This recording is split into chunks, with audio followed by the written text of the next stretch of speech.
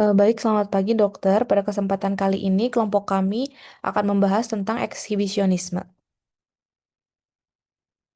Nah, dimulai dari nama-nama anggota kelompok kami. Di sini ada Immanuel Renaldi, Dini Chandra Yusnita, Evelyn Kartamiharja, Farisa Novia Anindya, Daniel Humbang Tuamanalu, Felicia Belinda, Vicky Lahi, dan Melin Eltifani. Selanjutnya, dimulai dari definisi terlebih dahulu.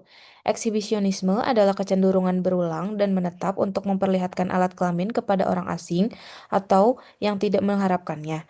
Biasanya tanpa adanya niat untuk melakukan hubungan seksual lebih lanjut. Selanjutnya, untuk etiologi dan faktor risikonya, di mana bisa disebabkan oleh faktor otak atau faktor secara biologis, di mana bagian otak yang mengatur kontrol diri kurang bekerja optimal, sulit menahan dorongan atau impuls, ada ketidakseimbangan zat kimia di otak seperti dopamin dan serotonin. Kadang juga bisa muncul pada kondisi lain seperti adanya gangguan bipolar, di mana saat fase mania, dorongan seksual bisa meningkat. Kemudian ada juga demensia frontotemporal, bagian depan otak yang terganggu sehingga jadi tidak bisa menahan diri. Nah, selain itu juga ada faktor psikologis di mana biasanya pernah merasa terangsang saat melakukan perilaku tersebut, lalu otak akan mengingat dan mengulanginya. Kemudian sulit menjalin hubungan intim secara normal, mencari rasa berkuasa atau mengejutkan orang lain, ada konflik atau masalah seksual yang tidak terselesaikan. Kemudian, yang ketiga itu ada dari faktor lingkungan dan pengalaman hidup, di mana bisa karena kurang pengawasan saat kecil, riwayat trauma, paparan pornografi dini, isolasi sosial, kesulitan membangun hubungan sehat. Dan juga ada faktor dari masalah psikiatri yang menyertai, seperti kadang muncul secara bersamaan dengan gangguan kepribadian, penyalahgunaan alkohol atau narkoba, depresi, dan juga gangguan kontrol impuls.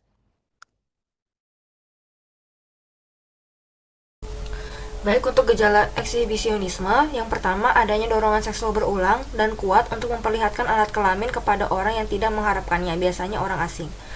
Kemudian perilaku dilakukan tanpa keinginan kontak seksual secara langsung. Lalu untuk mendapatkan kepuasan seksual dari reaksi kaget, takut, atau jijik dari korban dan risiko tertangkap. Biasanya terjadi pada laki-laki dan setelah melakukan tindakan sering muncul rasa lega dan diikuti rasa bersalah atau malu. Kemudian gejalanya itu menyebabkan distres psikologis signifikan atau gangguan fungsi sosial atau pekerjaan. Berlangsung minimal 6 bulan.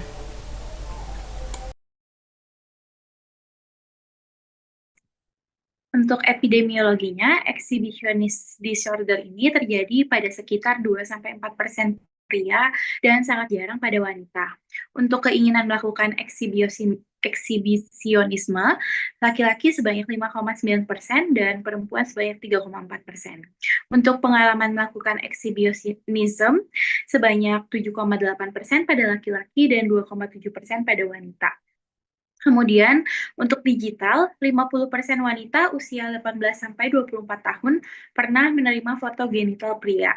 47% diantaranya tanpa persetujuan, 46% wanita di bawah 18 tahun juga pernah menerima foto genital pria.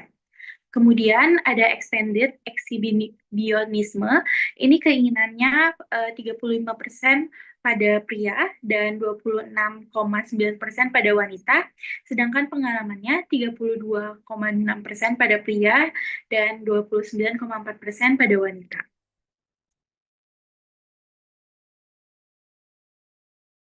Nah, selanjutnya untuk pedoman diagnostik menurut PPDGJ 3, yang pertama kecenderungan yang berulang atau menetap untuk memamerkan alat kelamin kepada asing, biasanya lawan jenis kelamin, atau kepada orang banyak di tempat umum tanpa ajakan atau niat untuk berhubungan lebih akrab.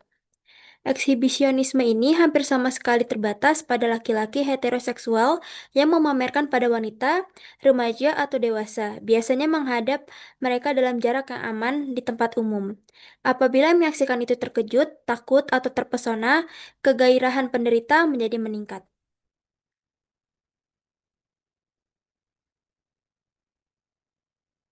Pada beberapa penderita, eksibisionisme ini merupakan satu-satunya penyaluran seksual, tetapi pada penderita lainnya, kebiasaan ini dilanjutkan bersamaan dengan kehidupan seksual yang aktif dalam suatu jalinan hubungan yang berlangsung lama. Walaupun demikian, dorongan menjadi lebih kuat pada saat menghadapi konflik dalam hubungan tersebut. Kebanyakan penderita eksibisionisme ini mendapatkan kesulitan dalam mengendalikan dorongan tersebut, dan dorongan ini bersifat ego alien, yaitu suatu benda asing bagi dirinya.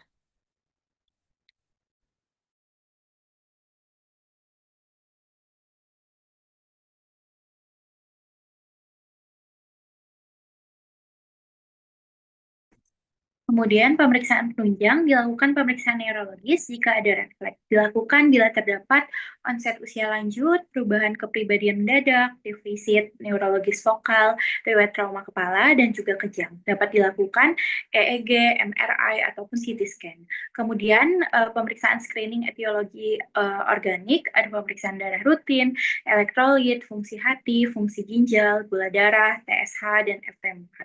Kemudian pemeriksaan toksikologi apabila dicurigai penggunaan alkohol, amfetamin, kokain, dan zat psikoaktif lainnya.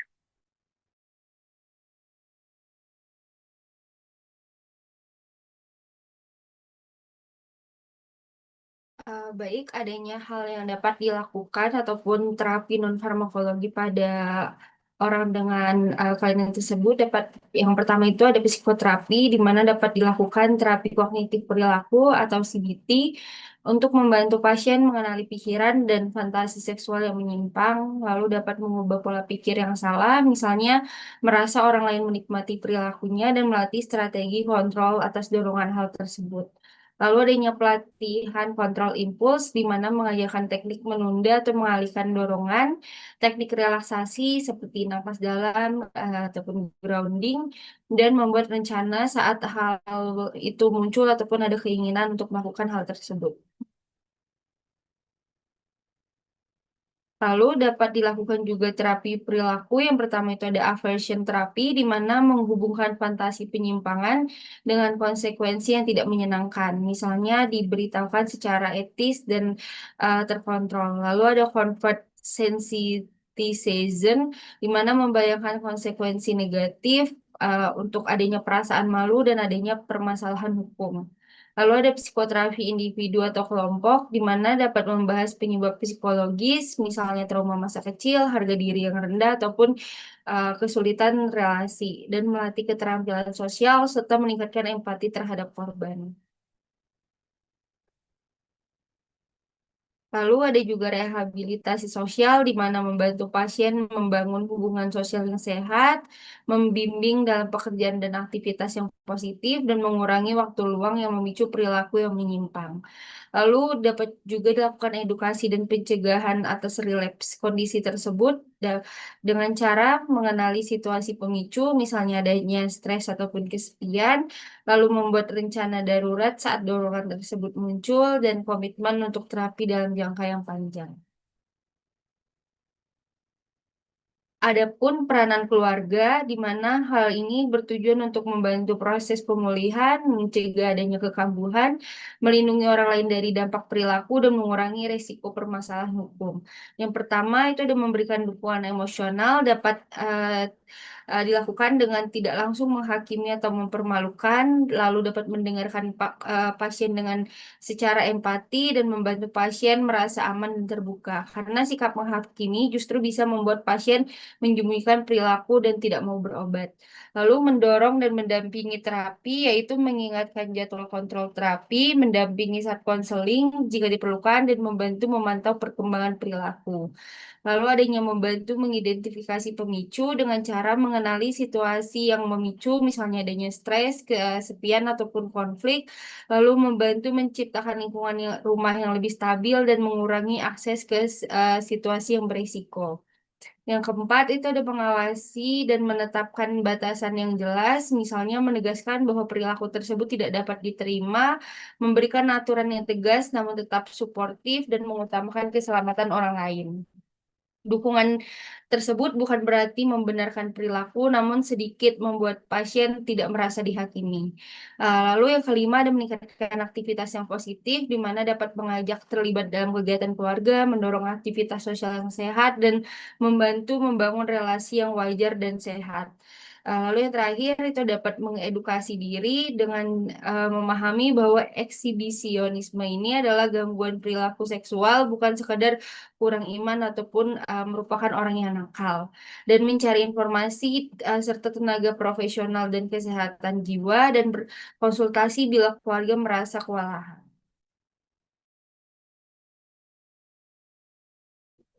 Selanjutnya, untuk terapi farmakologi tidak selalu menjadi pilihan pertama.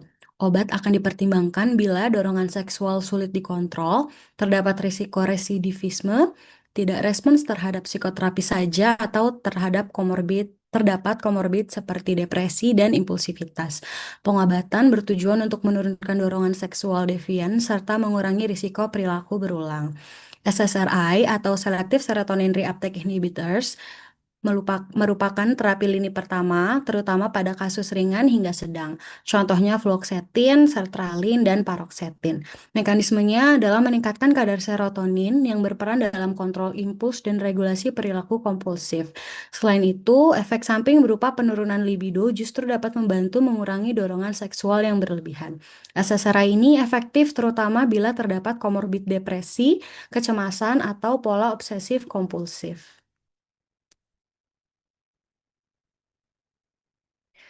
Pada kasus yang lebih berat atau berisiko tinggi, dapat digunakan antiandrogen seperti medroksiprogesteron asetat atau siproteron asetat. Obat ini bekerja dengan menurunkan kadar testosteron sehingga libido dan fantasi seksual menurun secara signifikan. Namun terapi ini memerlukan monitoring ketat termasuk fungsi hati, profil lipid, dan kepadatan tulang. Antiandrogen efektif terutama pada individu dengan risiko kekambuhan yang tinggi. Pada kasus yang sangat berat atau residivisme tinggi, dapat digunakan GnRH agonis atau gonadotropin releasing hormone agonis seperti leuprolid asetat.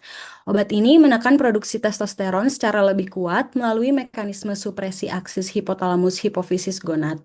Efek sampingnya cukup signifikan seperti osteoporosis dan gangguan metabolik, sehingga biasanya digunakan pada setting dengan supervisi yang ketat. Pedoman dari World Federation of Societies of Biological Psychiatry tahun 2010 merekomendasikan terapi ini pada kasus dengan resiko yang tinggi.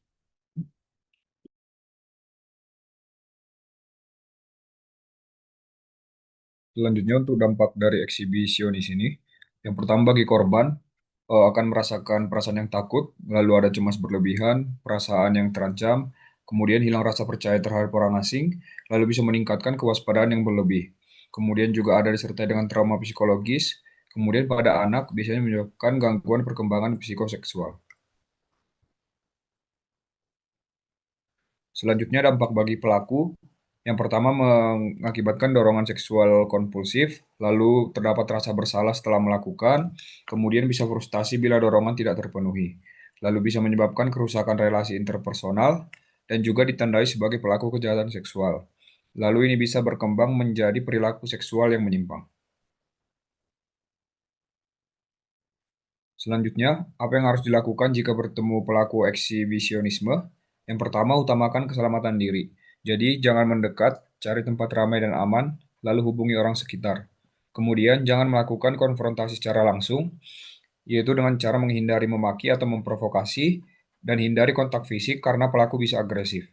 Lalu bisa dengan mendokumentasikan, dan juga melaporkan kejadian. Dilaporkan ke pihak keamanan atau polisi, dan lapor ke orang tua jika pelakunya anak-anak.